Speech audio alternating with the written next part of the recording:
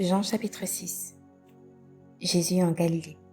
Multiplication des pains. Après cela, Jésus s'en alla de l'autre côté de la mer de Galilée, de Tibériade. Une grande foule le suivait, parce qu'elle voyait les miracles qu'il opérait sur les malades. Jésus monta sur la montagne, et là, il s'assit avec ses disciples. Or, la Pâque était proche, la fête des Juifs. Ayant levé les yeux, et voyant qu'une grande foule venait à lui, Jésus dit à Philippe, « Où achèterons-nous des pains pour que ces gens aient à manger ?» Il disait cela pour l'éprouver, car il savait ce qu'il allait faire. Philippe lui répondit, « Les pains qu'on aurait pour 200 deniers ne suffiraient pas pour que chacun en reçût un peu. » Un de ses disciples, André, frère de Simon-Pierre, lui dit, « Il y a ici un jeune garçon qui a 5 pains d'orge et 2 poissons. Mais qu'est-ce que cela pour tant de gens ?» Jésus dit, « Faites-les asseoir. » Il y avait dans ce lieu beaucoup d'herbes. Ils s'assirent donc, au nombre d'environ 5000 hommes. Jésus prit les pains, rendit grâce, et les distribua à ceux qui étaient assis. Il leur donna de même des poissons, autant qu'ils en voulurent. Lorsqu'ils furent rassasiés, il dit à ses disciples, « Ramassez les morceaux qui restent afin que rien ne se perde. » Ils les ramassèrent donc, et ils remplirent 12 paniers avec les morceaux qui restèrent des 5 pains d'orge, après que tous eurent mangé. Ces gens, ayant vu le miracle que Jésus avait fait, disaient, « Celui-ci est vraiment le prophète qui doit venir dans le monde. » Et Jésus, sachant qu'ils allaient venir l'enlever pour le faire roi, se retira de nouveau sur la montagne, lui seul. Jésus marche sur les eaux. Quand le soir fut venu, ses disciples descendirent au bord de la mer. Étant montés dans une barque, ils traversaient la mer pour se rendre à Capernaüm. Il faisait déjà nuit, et Jésus ne les avait pas encore rejoints. Il soufflait un grand vent, et la mer était agitée. Après avoir ramé environ 25 sades ou 30, ils virent Jésus marchant sur la mer et s'approchant de la barque. Et ils eurent peur. Mais Jésus leur dit, « C'est moi, et n'ayez pas peur. » Ils voulaient donc le prendre dans la barque, et aussitôt, la barque aborda au lieu où ils allaient. Chapitre 6, à partir du verset 22. Le pain de vie. Abandon de quelques disciples. La foule qui était restée de l'autre côté de la mer avait remarqué qu'il ne se trouvait là qu'une seule barque et que Jésus n'était pas monté dans cette barque avec ses disciples, mais qu'ils étaient partis seuls. Le lendemain, comme d'autres barques étaient arrivées de Tibériade, près du lieu où ils avaient mangé le pain après que le Seigneur eut rendu grâce, les gens de la foule, ayant vu que ni Jésus ni ses disciples n'étaient là, montèrent eux-mêmes dans ces barques et allèrent à Capernaüm à la recherche de Jésus. Et l'ayant trouvé au-delà de la mer, ils lui dirent, « Rabbi, quand es-tu venu ici ?» Jésus leur répondit, « En vérité, je vous le dis.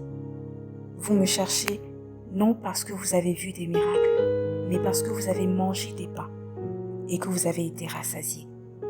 Travaillez, non pour la nourriture qui périt, mais pour celle qui subsiste pour la vie éternelle et que le Fils de l'homme vous donnera, car c'est lui que le Père, que Dieu, a marqué de son sceau. » Ils lui dirent, « Que devons-nous faire pour faire les œuvres de Dieu ?»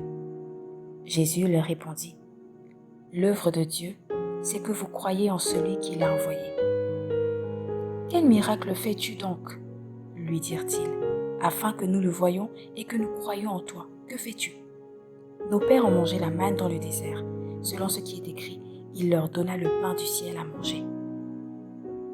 Jésus leur dit, « En vérité, je vous le dis, Moïse ne vous a pas donné le pain du ciel, mais mon Père vous donne le vrai pain du ciel. Car le pain de Dieu, c'est celui qui descend du ciel et qui donne la vie au monde. » Ils lui dirent, « Seigneur, donne-nous toujours ce pain. » Jésus leur dit, « Je suis le pain de vie. Celui qui vient à moi n'aura jamais faim, et celui qui croit en moi n'aura jamais soif. Mais je vous l'ai dit, vous m'avez vu et vous ne croyez point. Tous ceux que le Père me donne viendront à moi, et je ne mettrai pas dehors celui qui vient à moi. car je suis descendu du ciel pour faire non ma volonté, mais la volonté de celui qui m'a envoyé. Or, la volonté de celui qui m'a envoyé, c'est que je ne perde rien de tout ce qu'il m'a donné, mais que je le ressuscite au dernier jour. La volonté de mon Père, c'est que quiconque voit le Fils et croit en lui ait la vie éternelle, et je le ressusciterai au dernier jour. Les Juifs murmuraient à son sujet parce qu'il avait dit « Je suis le pain qui est descendu du ciel ».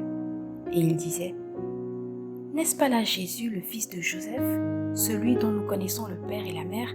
Comment donc dit-il « Je suis descendu du ciel » ?»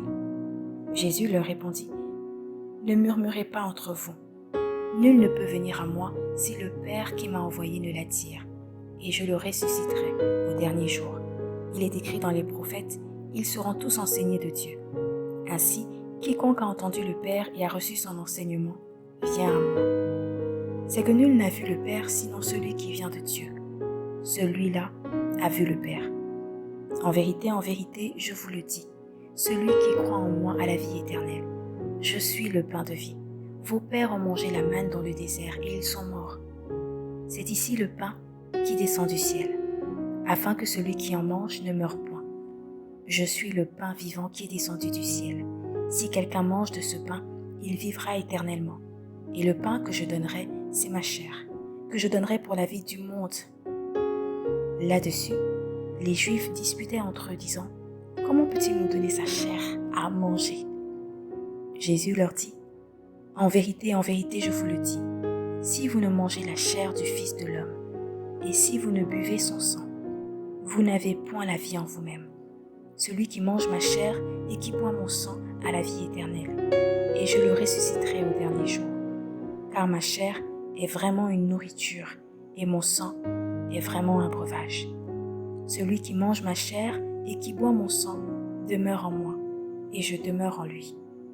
Comme le Père qui est vivant m'a envoyé, et que je vis par le Père, ainsi, celui qui me mange vivra par moi. C'est ici le pain qui est descendu du ciel. Il n'en est pas comme de vos pères qui ont mangé la manne et qui sont morts. Celui qui mange ce pain vivra éternellement. » Jésus dit ces choses dans la synagogue, enseignant à Capernaum. Confession de Pierre. Plusieurs de ses disciples, après l'avoir entendu, dirent « Cette parole est dure, qui peut l'écouter ?» Jésus, sachant en lui-même que ses disciples murmuraient à ce sujet, leur dit « Cela vous scandalise-t-il? Et si vous voyez le Fils de l'homme monter où il était auparavant? C'est l'Esprit qui vivifie, la chair ne sert de rien. Les paroles que je vous ai dites sont esprit et vie. Mais il en est parmi vous quelques-uns qui ne croient point. Car Jésus savait dès le commencement qui étaient ceux qui ne croyaient point et qui était celui qui le livrerait. Et il ajouta, « C'est pourquoi je vous ai dit que nul ne peut venir à moi, si cela ne lui a été donné par le Père. » Dès ce moment, plusieurs de ses disciples se retirèrent, et ils n'allaient plus avec lui. Jésus dit donc aux 12, « Et vous, ne voulez-vous pas aussi vous en aller ?»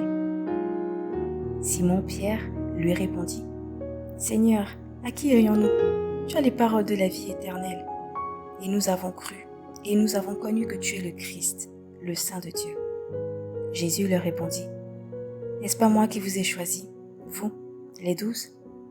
Et l'un de vous est un démon. » Il parlait de Judas Iscariote, fils de Simon, car c'était lui qui devait le livrer, lui, l'un des 12.